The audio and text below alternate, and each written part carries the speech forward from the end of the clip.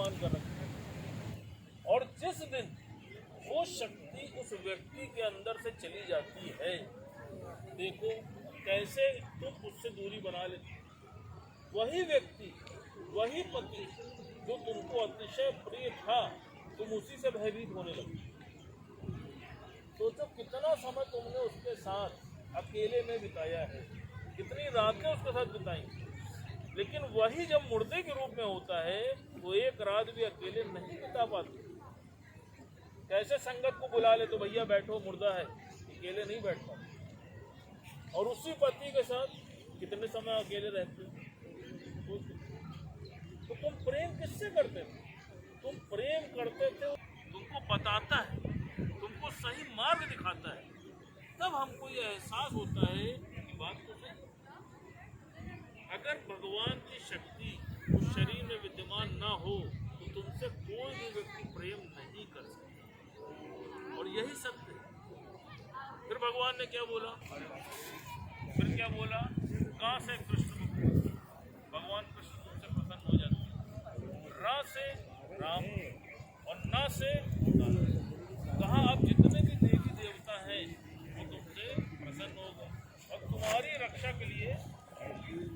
अब तुम सोचो कि तुम किसी एक देवी देवता की पूजा घंटों करते हो तो वो देवी देवता कितनी देर खड़ा होता है। और अगर दादा भगवान की तुम इस वाणी को सत्य मानकर शुक्राने और मुस्कुराने में रहते हो तो तुमको भगवान की आराधना करने में कितने मिनट लगे?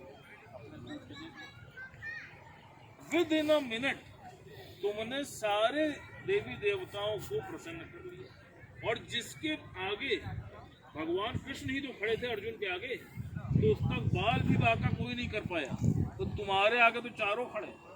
सोचो तुम्हारा कोई क्या कर सकता, कल्पना करोगे।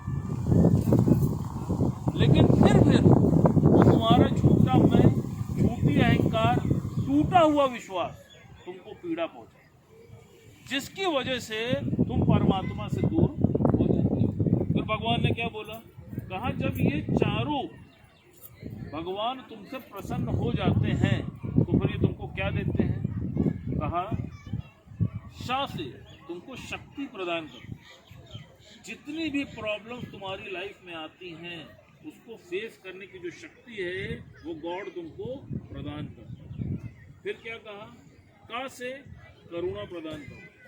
सभी प्रेमियों के प्रति जैसे गॉड के अंदर करुणा है, तुम सब के अंदर अपना वो स्वरूप देखने लगते हो और तुम्हारे अंदर सबके प्रति वो करुणा पैदा हो जाती है। क्यों? क्योंकि तुम्हें अपना स्वरूप उसमें दिखने लग जाता है। फिर क्या बोला? रा से, रा का मतलब है रोशनी। वो ज्ञान रूपी रोशनी तुम्हारे जीवन में भर देता है।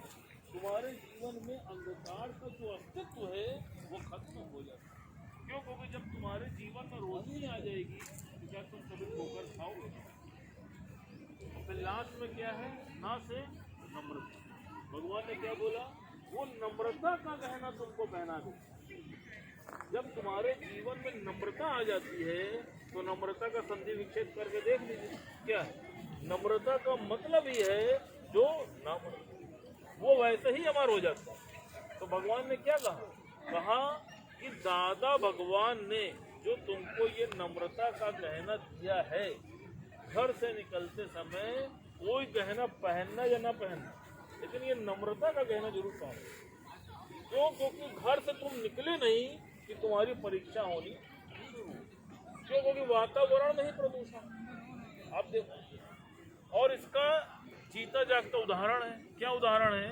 कहा देखिए तुम्हारी जो जिह्वा है देखो कितनी नम्र है, तुम्हारे पैदा होने के साथ ही आती है और तुम्हारे मरने के साथ ही जाती है। कहा दांत है, तुम्हारे पैदा होने के कुछ वर्षों के बाद आते हैं और चूंकि कर्रे होते हैं, कठोर होते हैं और मरने के पहले जाके चले जाते। तो क्या बोला? कहा देखो तुम अपने शरीर से भी ज्ञान ले सकते हो। कहा जिस तरह तुम्हारी जीभ है देखो वो किसी का संग्रह नहीं करती है।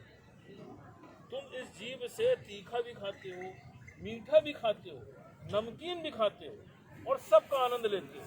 और उसके बाद भी ये जो जीभ है तुम्हारी, यह क्या किसी का संग्रह करती है क्या? ये वैसी ही न्यारी और निर्लेप बनी रहती। तो कहा ज्ञानी भी सबका संग करता है लेकिन किसी में आसक्त नहीं होता। और अज्ञानी में क्या है, अज्ञानी हर चीज में आसक्त हो जाता है। फिर भगवान ने बोला, कहा कि जो ज्ञानी होता है वो उस शीशे के समान होता है। कहा स्वागत वो सबका करता है लेकिन वो संग्रह किसी का नहीं। जैसे शीशा होता है तो वो सबका स्वागत करता है ना, लेकिन किसी का भी वो संग्रह नहीं।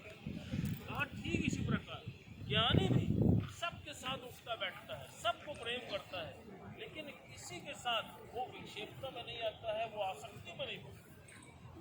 फिर भगवान ने बोला, कहा देखो ये जो नम्रता की बात चल रही है तो नम्रता तुम गुरु से कर लेते क्यों, क्योंकि गुरु के प्रति तुम्हारी आस्था है, तुम्हारी श्रद्धा है, लेकिन नम्रता जिससे तुम्हारा मन मुटाव है उसके साथ तुम नहीं।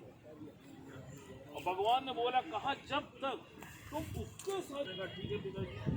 एक दिन वो बालक जब चोरी करके लौट रहा था तो लौटते समय पुलिस उसके और उसको पकड़ा। जब वो बालक भागा तो उसको छुपने की कोई भी जगह नहीं है, तो उसने देखा कि एक जगह सत्संग हो रहा था। अब मरता क्या ना करता, उसने उस समय सत्संग में जाकर बैठ गया।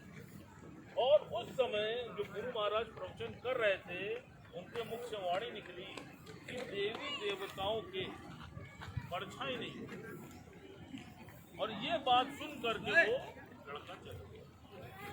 कुछ समय के बाद वो चोरी करते हुए पकड़ा गया और पुलिस वालों ने पकड़ने के बाद उसको बहुत यातनाएं दी गई, लेकिन उसने कुछ भी स्वीकार नहीं। फिर किसी ने बोला, कहा कि भैया इसकी देवी में बहुत आसक्ति है और ये देवी के प्रति इसकी श्रद्धा बहुत अधिक है, ये कभी भी देवी माँ नहीं होगी। तो उसके लिए एक सॉन्ग रचा गया और